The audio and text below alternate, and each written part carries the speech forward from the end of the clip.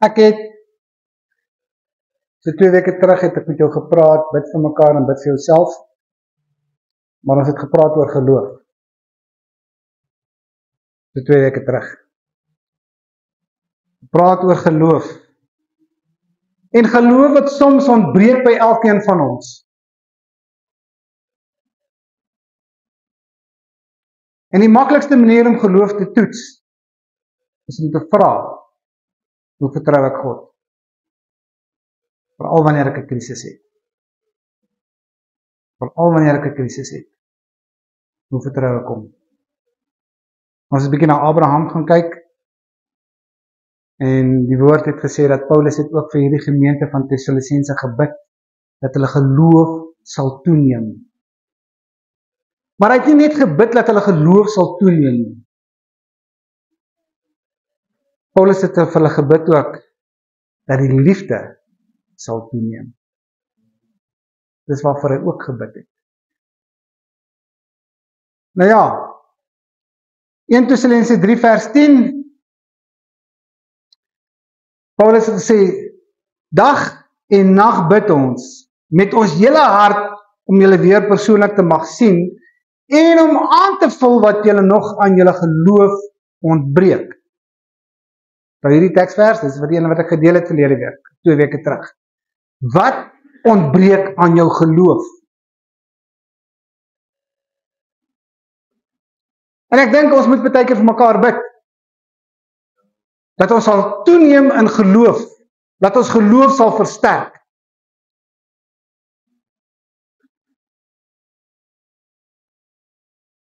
Maar nou gaan hy 'n bietjie 'n stapie verder. En hy sê, dis nie net ons geloof wat moet toeneem nie, maar ons liefde vir mekaar moet toeneem. Ja, dis nou 'n bietjie 'n einde aan daai, né? Veral vir daai boetie en sussie vir wie jy glad nie lief is nie.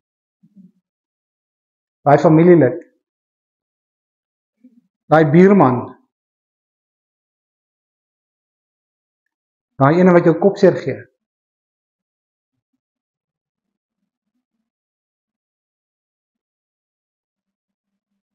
Nou sê Paulus,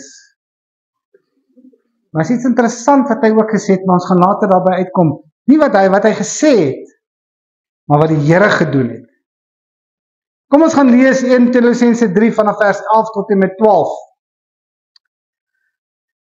Mag ons God die Vader self aan ons Here Jesus, ons pad na julle toe oopmaak. En dit is interessant dat hy sê ons pad na julle toe oopmaak, want julle sal nou verstaan hoekom hy dit geskryf het. En mag die Here julle liefde vir mekaar en vir alle mense laat groei en oorvloedig maak, net soos ons lief is vir julle. Julle liefde vir mekaar en vir alle mense laat groei en oorvloedig word.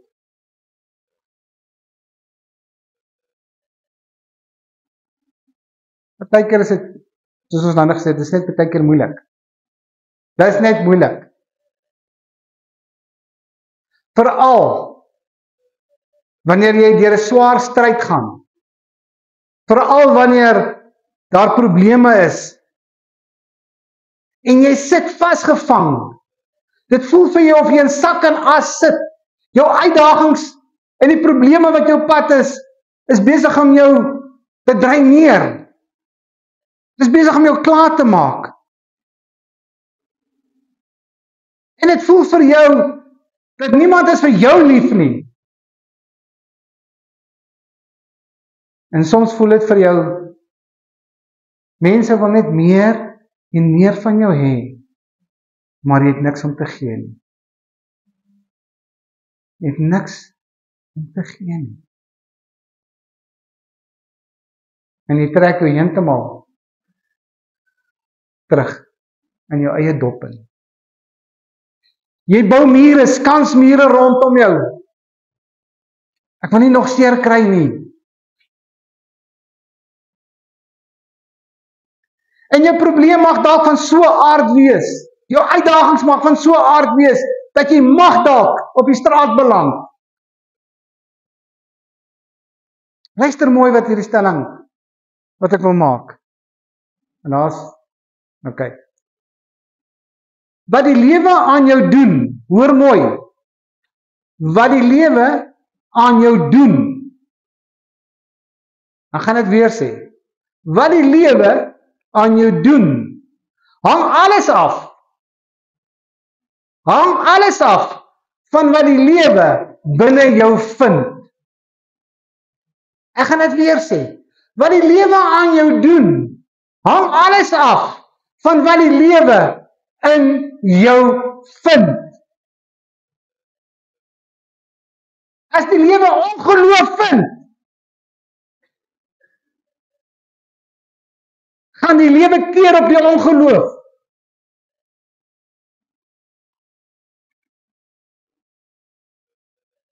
Die lewe gaan aan jou doen wat hy binne in jou vind. As hy haat vind, sal jy meer haat hê. Daar is niks wat die innerlike mens na vore bring, is wanneer jy in stryd is nie, wanneer jy probleme het nie, wanneer jy uitdagings het nie, wanneer jy bekommernisse het, is daar niks wat daai innerlike mens so uitbring nie. In 'n tyd van swaar kry,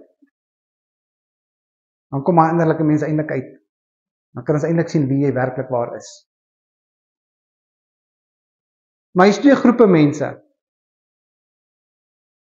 Die eerste groep van swaar kry, is die wat terug in hulle dop intrek.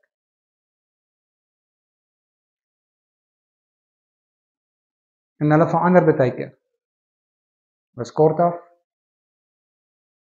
wil niks met mense te doen hê nie. Hulle onttrek. En soms voel hulle dat die wêreld skuld hulle alles. Hier is die tweede groep. En ek gaan werklik waar vanoggend nie baie lank preek nie. Hier is die tweede groep. Die tweede groep, en hulle swaar kry, bou hulle brug. Hulle bou brug na God. Hulle lees hulle Bybel. Hulle soek God. Maar hulle doen nog iets. Hulle bou brug na die kinders van God toe.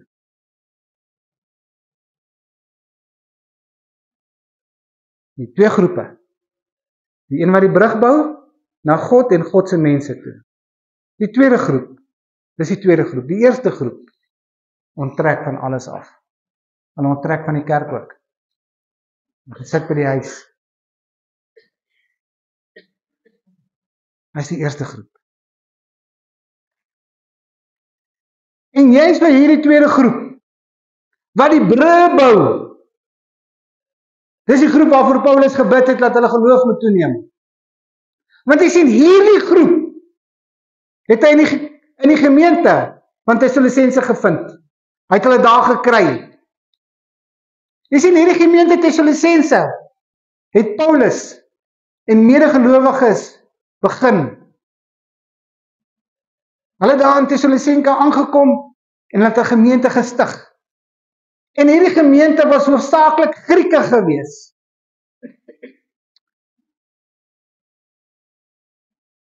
Maar hoe ironies dat jou eie mense, die Jode, die lewe vir Paulus hulle en die medegelowiges swaar gemaak het.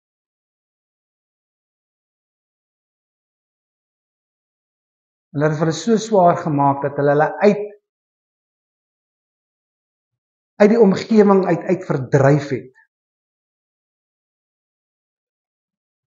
Dat Paulus en die medegelowiges wat daardie gemeente begin het, moes vroeër die Tessalonisense gemeente verlaat het en uit die omgewing uitgekom het ter wille van hulle lewens. Wie het dit aan hulle gedoen? Hulle eie mense.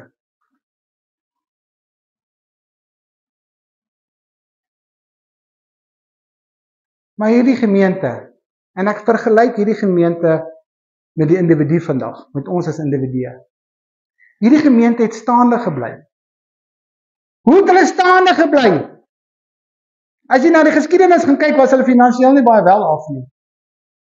Hulle kon Paulus nie eens onderhou nie. Paulus moes self gewerk het om homself te onderhou. Nou het hulle staande gebly. Hierdie gemeente het brûe gebou na God toe en na die kinders van God toe. Hulle het brûe gebou. En Paulus het gebid vir hulle. Paulus het so 'n paar jaar later te kry terugvoering. Maar hoor wat was hierdie terugvoering wat hy gekry het?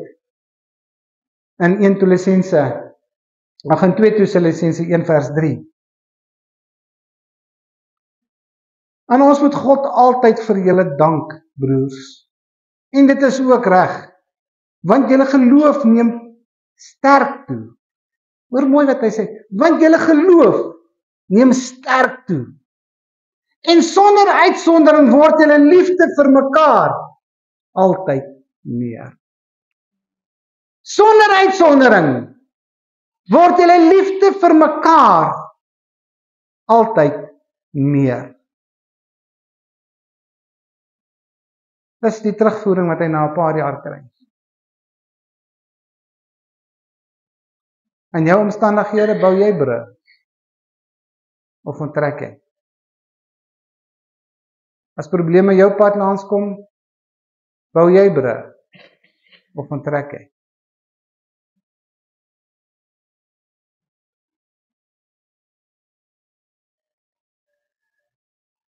Groeiende geloof lei na groeiende liefde.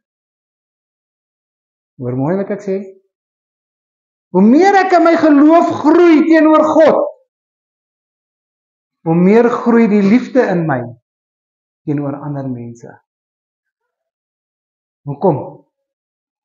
Want sê die woord nie God is 'n God van liefde nie.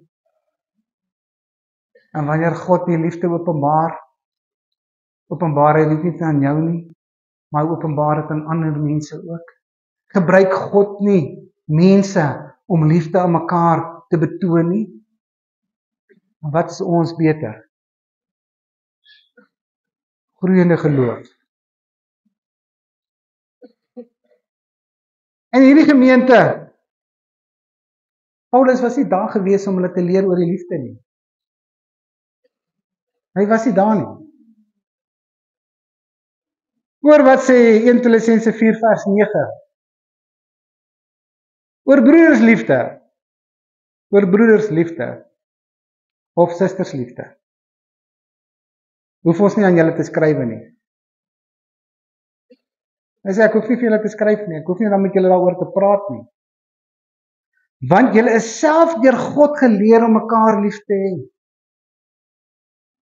God het julle geleer om mekaar lief te hê. Toe julle nader aan God beweeg het, in geloof, het die liefde gegroei. En God het julle self geleer.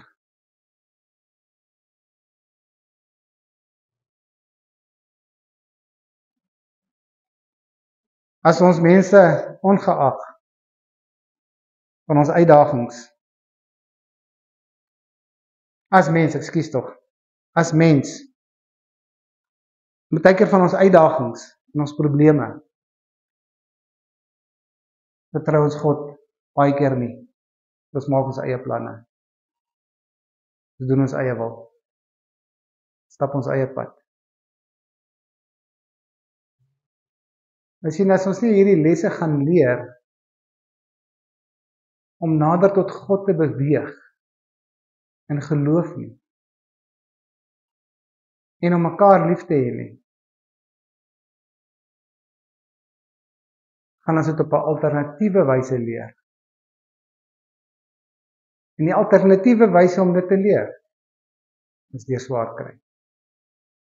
Want dan gaan jy dit leer. Deur swaar kry gaan jy leer om 'n brug te bou na God toe. Deur swaar kry gaan jy leer om mense lief te hê. Want vertroue is geloof.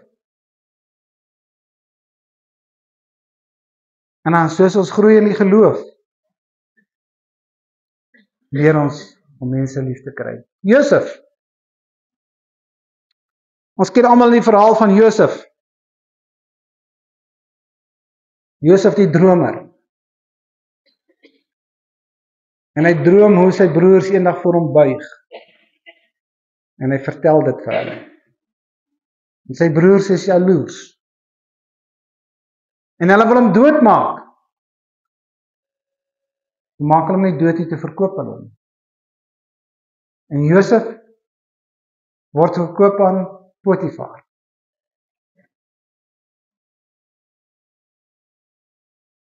En Josef kry guns by Potifar deur God. En hy word die hoof van die huishouding.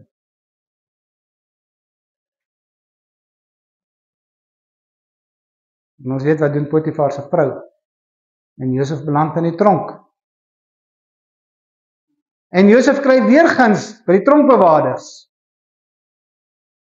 Dat hy 'n sekere posisie kry in die tronk. En na 13 jaar van swaar kry,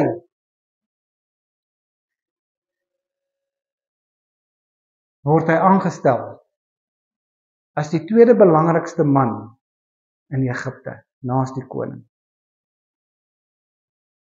Wat het Josef geleer?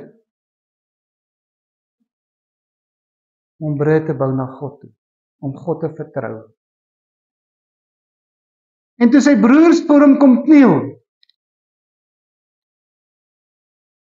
kon hy gesê het, wag 'n bietjie, ek gaan met julle afreken nou. Hy kon dit gedoen het. Want ek het 13 jaar swaar gekry. 13 jaar het ek gelei as gevolg van julle.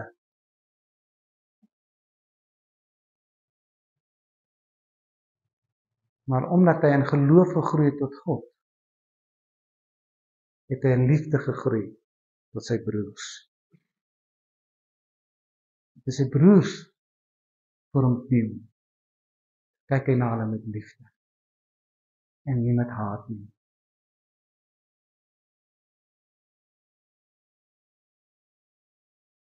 Liewe broer en suster, as jy vanoggend jou geloof moet meet, as jy vanoggend selfs jou liefde teenoor ander mense moet meet, waar staan jy? En dis 'n vraag wat net jy self vir jouself kan beantwoord.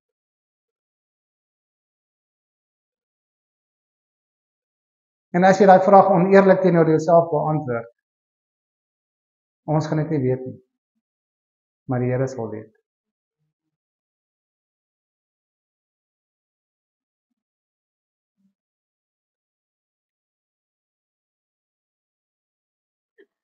Skiet jy tekort aan geloof?